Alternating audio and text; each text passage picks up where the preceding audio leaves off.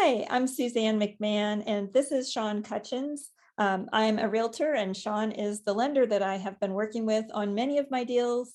Sean is wonderful. He has been able to get clients down payment assistance in some very challenging cases, and Sean works with People's Home Equity. So I'm going to interview him today. I'm going to ask him a few questions about being a home buyer. What is the best way to get started on buying a home? Well, I think ultimately, you hear a lot about getting pre-qualified, and obviously that is the most important thing. But I think you can actually take it one step further, Suzanne, and go from getting pre-qualified, which pre-qualified means we've taken the information you've provided, ran it through the system, and everything looks good. But then we move you to pre-approved, and pre-approved means we verified all that information with an underwriter. Generally, it's a quick process as well, but it gives us a leg up when you're looking at the opportunity to win out a bid against other people who are also pre-qualified. Now you can say, hey, we're actually one step further. We've gotten 30% of that underwriting process done by getting the documents over, and they've approved everything. So we're further ahead than the people that we're competing with on the bid. And that's a huge win all the way around for everybody. It's important to be successful, and that's a great step to show that you're serious as a buyer. Yes. So what score do I need to have? Well, that's going to depend on the program. So you can go as low as a 560 on your FICO. That 560 obviously is going to be an FHA, and it does require you to have 10% down. But once you get to 580, you can do an FHA with only 3.5% down. Now, we have some programs that we'll talk about in a minute around our down payment assistance. You only need a 640 for your down payment assistance, and that helps you to get additional money at no cost to you for your down payment and closing costs. Ultimately, if you want to get in the conventional, depending on your loan to value, meaning how much you owe or gonna owe versus what it's worth, your conventional can get about 680. Sometimes, depending on your situation, you need to be a little bit higher. But again, that's going to depend on the other factors in your application. And about what kind of money will I need to do my closing? Now, that is a little bit of a loaded question because there's a lot of factors that are involved. What we generally say as a general rule, if you go 6 to 7% of the sales price, that should give you a good ballpark about where we would need to be. But you got to look at, are you doing county and city taxes? So that's a little additional in your escrow. Are you putting down 3.5% for FHA or 5% conventional? Are you, a veteran and you don't have to put any down? Your attorney's fees, and then on top of that, are you getting down payment assistance? You can get anywhere, one program's 3% of the sales price, one is 8,000 straight.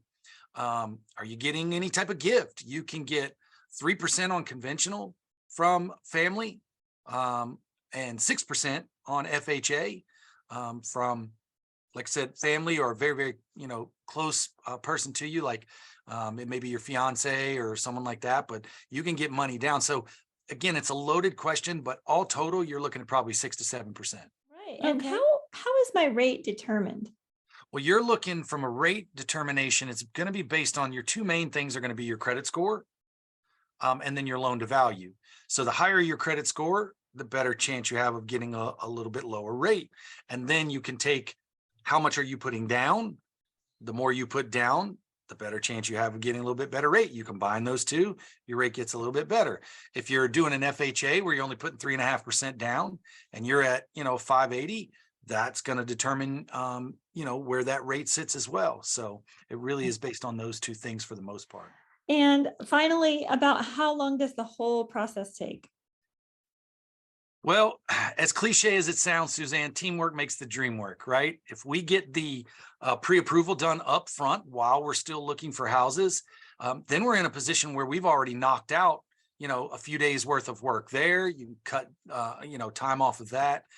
If the client is responsive to getting the documents when we need and e-signing the things that we need, we could turn it around in as little as 30 days. Once in a while you can do even better than that, but for the most part, I say between 30 and 45 days. That's great. That's fast action. Yeah. Well, I really appreciate you answering all the questions that people have.